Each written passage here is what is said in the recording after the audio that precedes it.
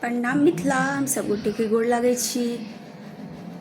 आइ हम एक बहुत सुंदर कृष्ण भजन लऽ के एलहुँ हँ। आशा करै छी अहाँ सबके नीक लागत, तऽ आओ सुनू और लाइक कमेंट शेयर करब। सुनू।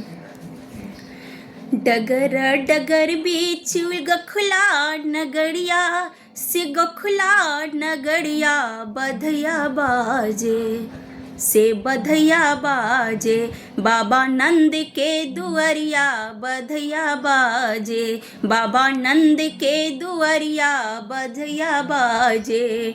डगर डगर बीच गखला नगरिया से गखला नगरिया बधया बाजे से बधया बाजे, बाबा नंद के दुअरिया बधया बाजे, बाबा नंद के दुअरिया बधया बाजे, बाबा नंद के दुअरिया बधया बाजे।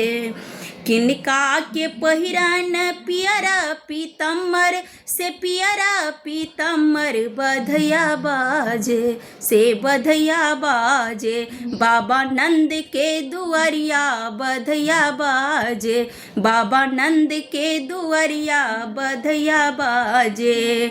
डगर डगर बीच गखुला नगरिया से गखुला नगरिया बधया बाजे से बधया बाजे, बाबा नंद के दुअरिया बधया बाजे, बाबा नंद के दुअरिया बधया बाजे।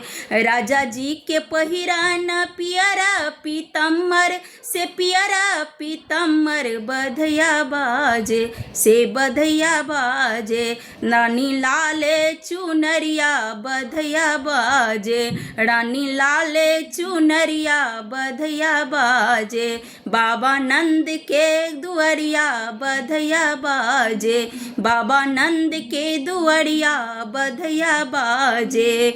के ओ लुटाबथु अंधन सोनमा से अंधन सोनमा बधया बाजे से बधया बाजे, बाबा नंद के दुअरिया बधया बाजे, बाबा नंद के दुअरिया बधया बाजे, बाबा नंद के दुअरिया बधया बाजे।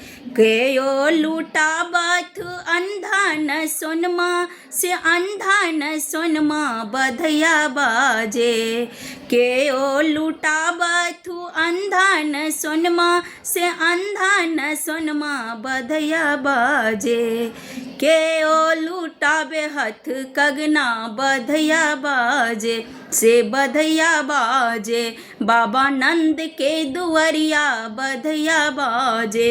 राजा जी लुटाबथु अंधन सोनमा से अंधन सोनमा बधया बाजे, रानी हाथ के कंगन माँ बधया बाजे, रानी हाथ के कंगन माँ बधया बाजे, बाबा नंद के दुअरिया बधया बाजे, बाबा नंद के दुअरिया बधया बाजे, बाबा नंद के दुअरिया बधया बाजे।